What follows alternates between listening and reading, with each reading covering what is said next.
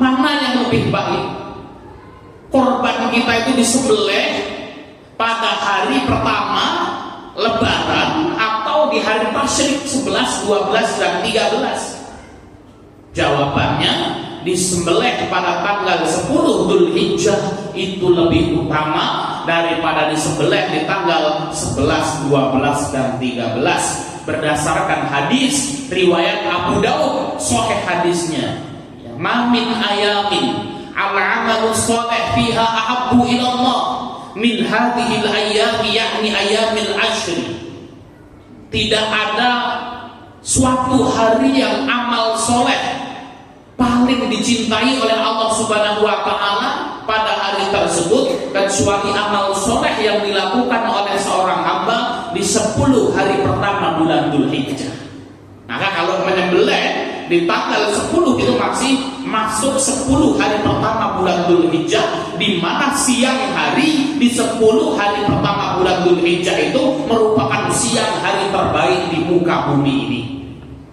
Dan tidak ada amalan yang paling utama yang dikerjakan di 10 Dzulhijjah itu selain orang yang berhaji, yaitu adalah iraqatud dam. Apa itu iraqatud dam? Iraqatud dam adalah mengalirkan darah, yaitu memotong hewan kurban.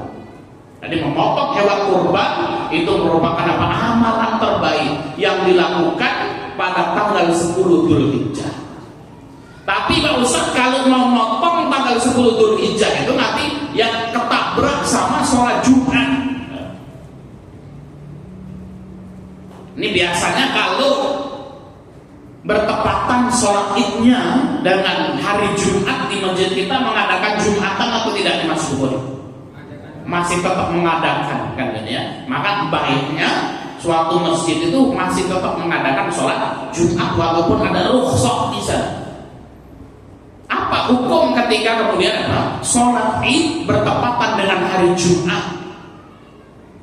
Pendapat yang pertama, cukup bagi orang tersebut melaksanakan sholat id saja dan tidak melaksanakan sholat Jumat, maka melaksanakan sholat duhur.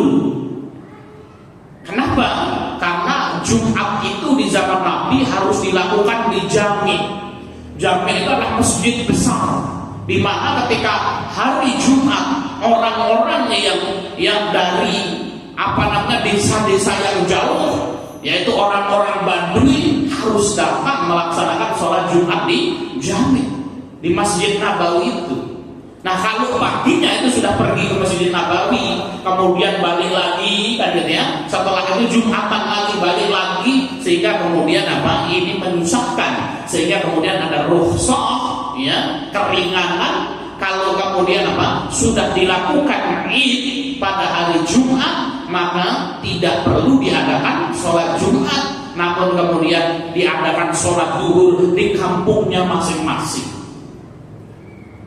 Nah, kalau di tempat kita hari ini orangnya dekat Pak Ustaz, ya, maka kemudian ya, silahkan masjid menyelenggarakan sholat Jumat.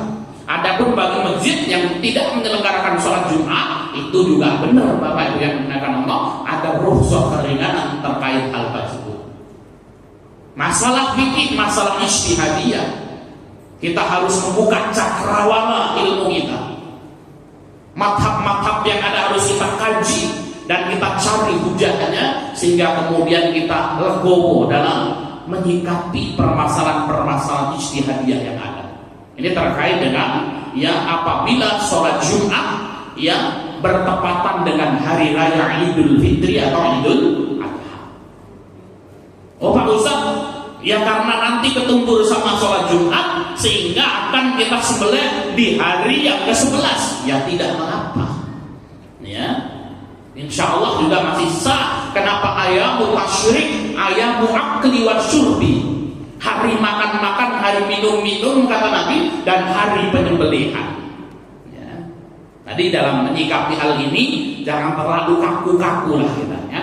Misalnya kalau hari Jumat itu kemudian tidak memungkinkan, ya nanti mau menyembelih sapi dan sebagainya, sudah disembelih hari ke-11. Di Masjid Taqwa disembelih tanggal berapa? Hari Sabtunya, gitu ya. Bu. Berarti di tanggal ya ke-11 ya, karena waktunya mungkin lebih longgar dan tidak kemudian bertabrakan dengan Jumatan gitu ya Mas Bukhari ya. Maka khair insyaallah.